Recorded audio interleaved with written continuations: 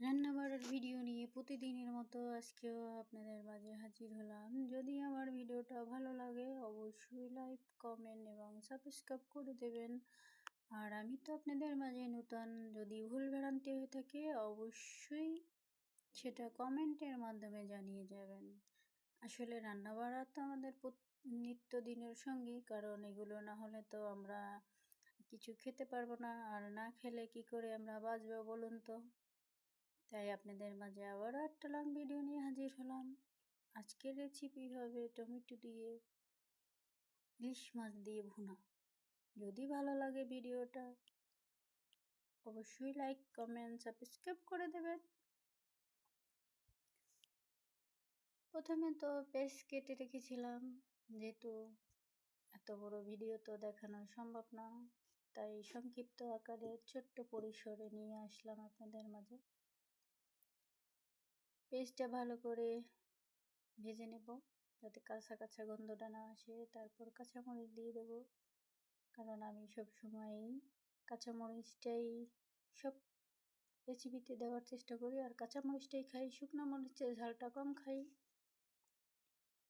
আর মশলা সবসময় কম খাওয়ার চেষ্টা করি, আপনারাও কম খাওয়ার চেষ্টা করবেন। যত ঝাল, তেল, কম মশলা খাওয়া যায় ততই শরীরের জন্য মঙ্গল। সেটা আপনারাও জানেন, আমিও জানি, তারপরও আপনাদেরকে আবারও বলে দিলাম, যত ঝাল মশলা কম খাওয়া যাবে, তেল যত কম খাওয়া যাবে ততই শরীরের জন্য ভালো। আর বর্তমান যুগে তো আমরা সব কিছু বিষাক্ত খাবার খাচ্ছি, তারপরও আমরা চাই আমাদের সুস্থ থাকতে, ভালো থাকতে, পরিবারের সবাই সুস্থ থাকুক, ভালো থাকুক, সেটাই চাই।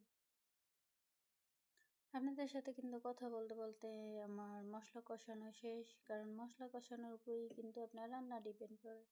যে কোনো রান্নাই বলেন না কেন, মশলা কষানোর উপরেই আপনার খাবার দাবার মনে করেন ভালো টেস্টি আসে। তাই আগে টমেটো কেটে রাখা, ধুয়ে পরিষ্কার করে রেখেছি, ওইগুলো দিয়ে দেব। ওটা বেশি করে সময় নিয়ে কষাবো যাতে একটু সেদ্ধ হয়ে যায়। তারপর আমি ভেজে রাখা মাছগুলো দিয়ে দেব। আপনাদের সাথে কিন্তু কথা বলতে বলতে আমার রেসিপি কিন্তু প্রায় শেষের পর্যায়ে, শেষ পরিসরে ধনেপাতা দিয়ে দেবো। যেহেতু শীতের মৌসুম, তাই মনে করেন ধনেপাতা না দিলে তরকারি খেতে ভালো লাগে না। আমার কাছে ভালো লাগে না, আপনাদের কাছে ভালো লাগে না লাগে আমি জানি না। তাই সব শেষে রান্নার পরিবেশনে ধনেপাতা দিয়ে দিলাম। সবাই ভালো থাকবেন, সুস্থ থাকবেন, সবার জন্য অনেক অনেক দোয়া ভালোবাসা রইল। আল্লাহ হাফেজ।